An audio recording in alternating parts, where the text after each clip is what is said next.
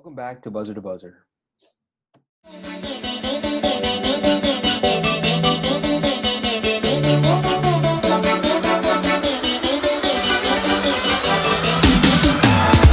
we're going to be starting off a new segmented episode in which we're going to be reacting to the latest sports topic which happened that day.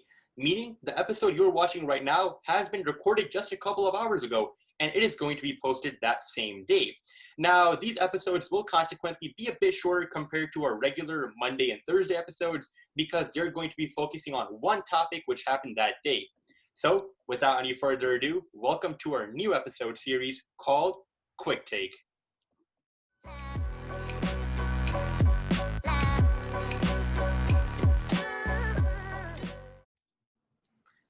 All right, guys, so today's first quick episode is going to be about the series which just wrapped up about an hour and a half ago, that being the Miami Heat beating the Milwaukee Bucks 103-94, effectively moving on to the Eastern Conference Finals for the first time since that 2013 season with LeBron James, Dwayne Wade, and Chris Bosh. Now, guys, this was a game which we found out previously before the game started that Giannis Antetokounmpo would not be playing. And for the majority of the game, we did see the Bucks put up a heck of a fight until that fourth quarter when the Miami Heat just pulled away with the likes of Jimmy Butler and Eric Spoelstra guiding them. Now, I just want to get our thoughts right after this game ended. What do we think? What has this series proven to us about the Bucks?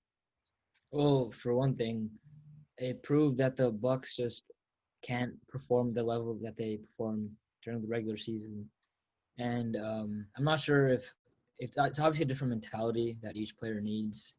And like James Harden, I just don't think that Giannis was ready for this matchup. And I have to give credit to the Heat, honestly. They could be a potential NBA Finals contender. And you could even say that they could even have a chance of winning. They're for sure an underdog team. And I think that they're definitely going to come out of the East on top and maybe beat whatever the team that goes through. Right. I think more for the Bucks compared to the Heat. Right. The Heat had a fantastic series. They're definitely going to be primed for the playoffs for the coming years with Jimmy Butler just signing his contract there in Miami and them obviously looking to fix whatever holes they do have.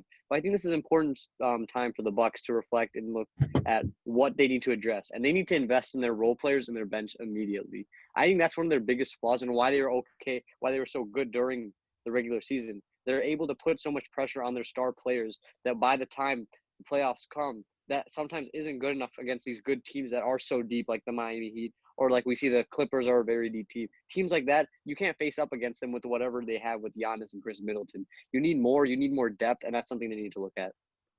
Yeah, I was going to say the exact same thing as Harsh.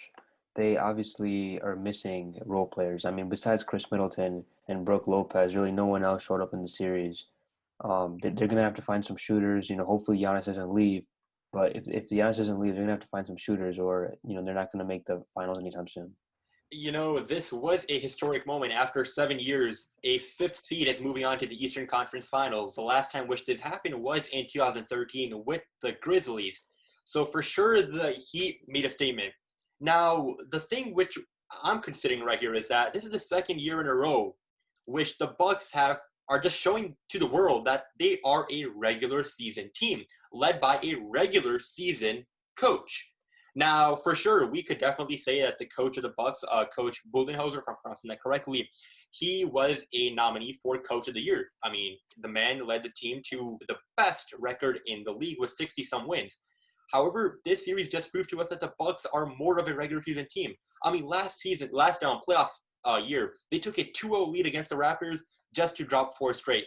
This year, they won that one game, luckily, just because the Heat were a bit confused with Giannis out. What should their defensive strategy be?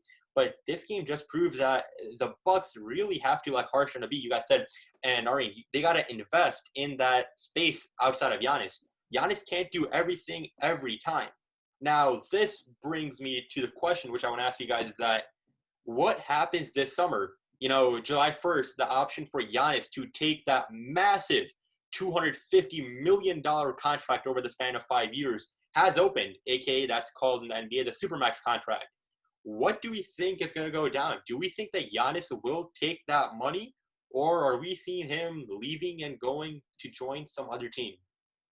All right, well, Rand, addressing like what you just said before I answer that question, there's two things that I want to talk about. First, coach of the year. I think there's two ways you win coach of the year in this league. You're either a first or second year coach who turns his team around from a previous bad season, or you're one of the top teams in the league like the Bucks or, well, I would say the Lakers. There's no other way you can win coach of the year in this league, even if you are a fantastic coach.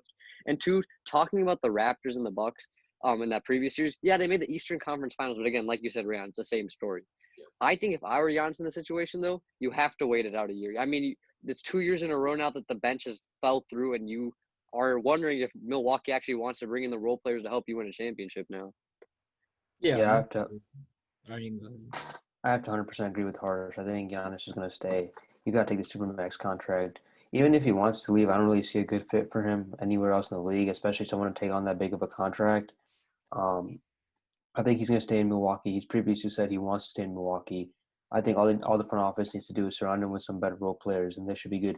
Yeah, definitely. I'm gonna have to agree with both of you. He just doesn't seem like the type of player who, after 2 seasons or his team didn't perform well in the playoffs, to leave. And I think that staying in Milwaukee, where he has a lot of doubters too, and if he goes far with the Bucks in the upcoming years and eventually win a finals, I think it will really say a lot about him as a player and a lot about his leadership and just his overall performance in the league. All right. So aside from the effect which this can have on his character, we saw previously what happened with Kevin Durant of the impact which his reputation took right after he made that move. Sure, it's been repaired to some extent now, but as he made that move, many referred it to as a move that was selfish and that he was just looking out for himself, which is fair. However, he essentially moved from a great team to an even better team. So if Giannis does decide to make that move, it's to that point that it could hurt his player image. But I think, in my opinion, that if Giannis, like Archie said, I think waiting out is the best move he can make. See what the Bucks are up to this offseason. Are they ready to make some dealings to get some shooters who can design in their upcoming the free agency season? Can they land a star like DeMar DeRozan maybe to complement Giannis Antetokounmpo? Who knows? But another point which we were talking about earlier about that topic of the coach of the year, we saw when the 76ers got swept recently early this playoff series, Coach Brett Brown was fired the next morning. What are we thinking is going to happen to Coach Budenholzer, the coach of the Bucks? Does he have a future with this team? Oh, yeah, he's going to be fine. They're the first seed 2 years in a row. They've underachieved twice in the playoffs. I think if it happens again, then you have to question it, but he's not going anywhere for the time. Yeah, For this definitely. time. 2 bad seasons doesn't really, not even bad seasons, 2 bad playoff seasons. He's not going to really affect his position as a head coach of the Bucks. And I think still think he's a great coach. It's just sometimes whatever all of us are agreeing on, the team needs role players, and it's not really the coach's fault. It's that they just need to get better picks in the drafts and pick up a lot of players in free agency. Yeah, I have to agree with everything they said. I don't think Coach Bud. He's obviously a fantastic coach, but being the first seed 2 years in a row, he's had some bad fortune go his way in the playoffs. But I think they just need, like Abi said, some better role players, and they'll be in the finals next year. All right. And one last parallel which I want to draw before we close out is that I want to bring back that reference to Dwayne Casey, the head coach of the Raptors. He was a head coach who pretty obviously was fired because the Raptors did not have playoff success. So one thing which I'm seeing is that Coach Budenholzer's narrative is being shaped into that of Dwayne Casey. The Raptors were an outstanding regular season team. They placed high in their conference, but like Coach Budenholzer, Dwayne Casey could not lead them to success in the playoffs until we saw Nick Nurse, who deservingly won the Coach of the Year.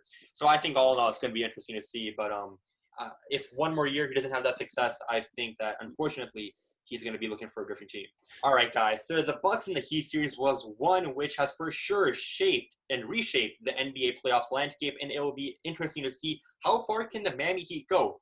As always, be sure to like, subscribe, and let us know if you like this new series of Quick Take, and we will be releasing many more reactions to the latest games. And as always, guys, take care, and we'll catch you guys on the next one. See ya.